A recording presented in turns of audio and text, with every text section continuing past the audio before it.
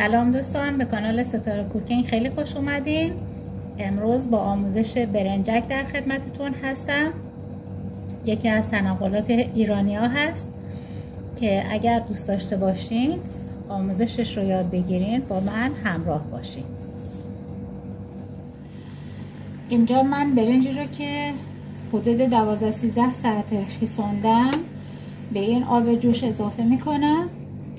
یه مقدار آب گذاشتم جوشیده و همراه یه مقدار نمکی که توی این آب میریزین باید در حدی باشه که وقتی که ما میخوایم برنج رو آبکش کنیم دیگه اون نمکش کافی باشه، چون وقتی که آبکش کردیم دیگه نمیخوایم بهش نمک بزنیم. این آبی هم که من برداشتم چون مقدار آب زیاد بود، کار خاصی نیست، مقدار آب زیاد بود برای همین برداشتم. بعد این برنجی که من خیسونده بودم 1 لیوان فرانسوی بود. مقدار برنج بستگی به خودتون داره که چقدر میخواین برنجک درست کنید.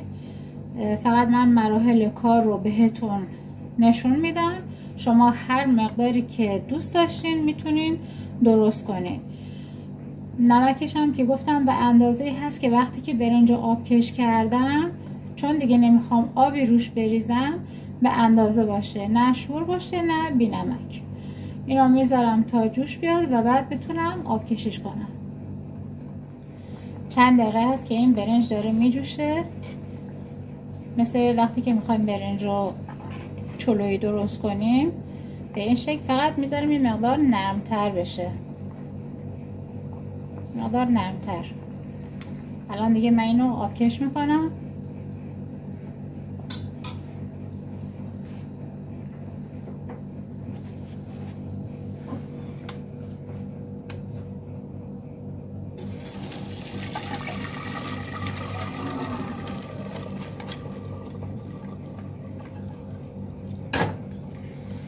هیچ آبی روش نمیریزم، میذارم تا آبش بره، بعد روی یه پارچه تمیز اینو پهن میکنم.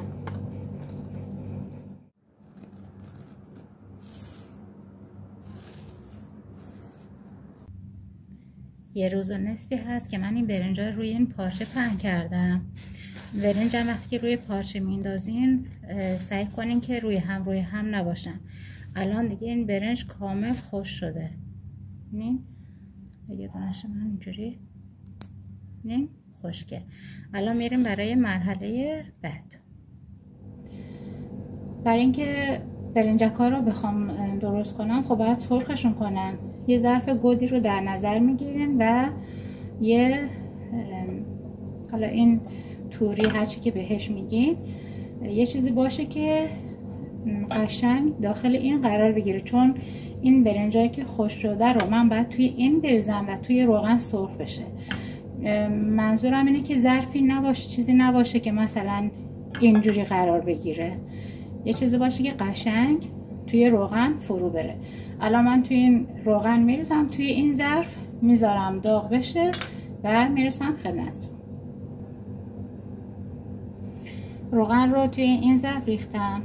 الان این توری رو داخلش قرار میدم و یه مقدار از این برنجا رو توی روغن میریزم. یه مقدار صبر میکنم چون توری رو داخلش قرار دادم. یه مقدار میریزم.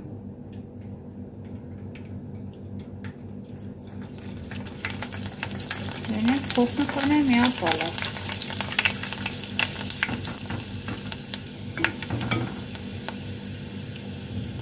به این شکل.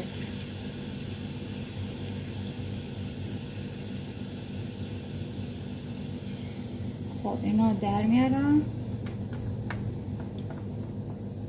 توی آبکش میریزم.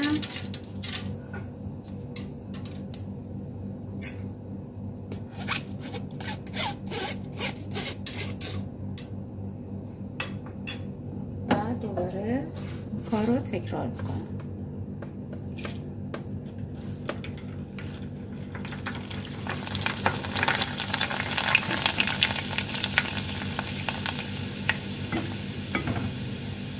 به این ترتیب همه این برنجا رو به این شکل سرخ میکنم.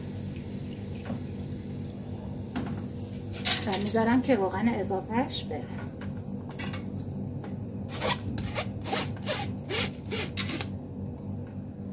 خب دوستان تمام اون برنجا رو من به همون صورتی که دیدین سرخ کردم، گذاشتم یه مقدار روغنش رفت، توی این ظرف ریختم.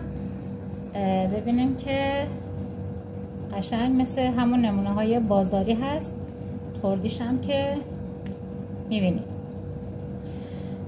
فقط یه نکته که بگم این که اگر از برنج هندی استفاده کنین خیلی بهتره، چون اون قد بلند هستن. اینم از آموزش امروز، امیدوارم لذت برده باشین. به راحتی آماده میشه و میتونین یک تنقلات سالم رو توی خونه تهیه کنید و در کنار عزیزانتون نوش جان کنید. تا یه آموزش دیگه، خدا نگهدار.